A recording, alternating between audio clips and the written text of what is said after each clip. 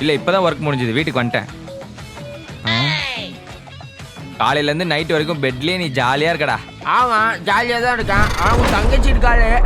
டேய் அது என் பிள்ளை தானே, நீ எதுக்கு எடுத்துட்டு வந்த? நீ வேணா போலாம் நம்ம. உன் கூடயா?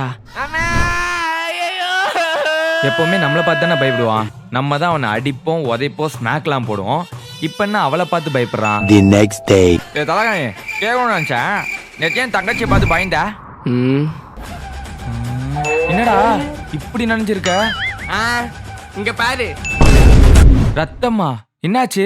உன் தங்கச்சிக்கும் உன் தங்கச்சி ஃப்ரெண்ட்ஸுக்கும் சண்டையா, அதனால என்ன கட்டி பூச்சி அழுது அழுது இப்படி நனைச்சு வச்சிருக்கா. அது மட்டுமா அழுத்தத்தோட விடாம ஏதோ கதை கதையா சொல்லி கால்ல இருந்து ரத்தத்தோட வச்சிருக்கா. என்ன ஒரு ரூம்க்கே கூட்டு போயிடுறா.